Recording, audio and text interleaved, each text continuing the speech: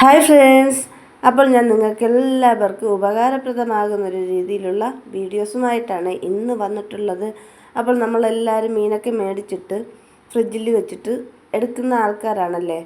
അപ്പോൾ ഫ്രിഡ്ജിൽ വെച്ചിട്ട് നമ്മൾ എടുക്കുമ്പോഴത്തേക്കും മീനെല്ലാം ഒരുമാതിരി ഉണങ്ങിയ അവസ്ഥയിലായിരിക്കും അല്ലേ. അപ്പോൾ അങ്ങനെ അല്ലാതെ തന്നെ നമ്മളെ ഫ്രഷായിട്ട് മീൻ തന്നെ കിട്ടണമെങ്കിൽ ഇതേപോലെ ഒന്ന് ട്രൈ ചെയ്ത് നോക്കണം കേട്ടോ. അപ്പോൾ മീൻ കൊണ്ടുവരുന്ന സമയത്ത് മീൻ 2 പ്രാവശ്യം ഒന്ന് കഴുകി കളഞ്ഞിട്ട് നമുക്ക് ആ മീൻ ഫ്രിഡ്ജിലേക്ക് വെക്കാനായിട്ട് ഉപയോഗിക്കുന്ന പാത്രം നല്ല രീതിക്ക് നിറച്ചും വെള്ളം പിടിക്കണം കേട്ടോ. നിറച്ചൊന്ന് വെള്ളം പിടിച്ചതിന് ശേഷം നമുക്ക് ഫ്രിഡ്ജിലേക്ക് വെച്ച് കൊടുക്കാവുന്നതാണ്. പിറ്റേന്നോ അതിൻ്റെ പിറ്റേന്നോ ഒരാഴ്ച കഴിഞ്ഞിട്ടോ നിങ്ങളെടുത്താലും മീൻ ഒരു കേടുപാടും കൂടാതെ നല്ല ഫ്രഷായിട്ട് തന്നെ ഇരിക്കുകയും ചെയ്യും.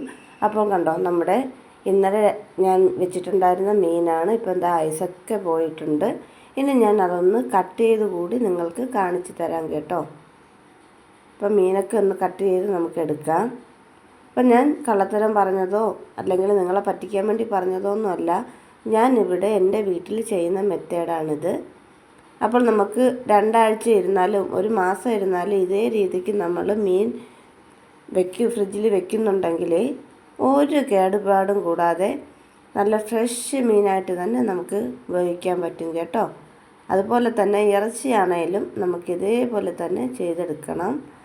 ഇറച്ചിയാണേലും ഒരു പ്രശ്നം വരത്തില്ല കേട്ടോ. അപ്പം ഞാനിവിടെ ചൂര മീനാണ് വെച്ചിട്ടുണ്ടായിരുന്നത്.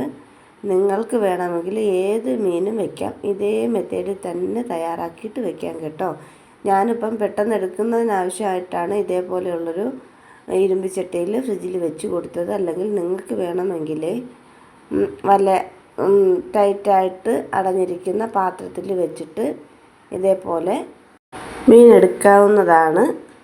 അപ്പോൾ ഈ ഒരു മീൻ ഞാനൊന്ന് കട്ട് ചെയ്യുവാണ് കേട്ടോ. അപ്പം മീനൊക്കെ നല്ലതുപോലെ കട്ട് ചെയ്തിട്ടെടുക്കാം. കണ്ടോ, മീൻ എത്രത്തോളം ഫ്രഷായിട്ടാണ് നമുക്കിരിക്കുന്നതെന്ന് കണ്ടല്ലോ. ഇതേപോലെ തന്നെ നമുക്ക് റെഡിയാക്കി എടുക്കാൻ പറ്റും. തീർച്ചയായിട്ടും അപ്പോൾ എൻ്റെ എല്ലാ കൂട്ടുകാരും ഇതൊന്ന് ട്രൈ ചെയ്ത് നോക്കണം. വീഡിയോ ഇഷ്ടമായിട്ടുണ്ടെങ്കിൽ എന്നെ സപ്പോർട്ട് ചെയ്യാനും മറക്കല്ലേ. അപ്പോൾ പുതിയൊരു വീഡിയോയിൽ കാണാം. ടാറ്റാ.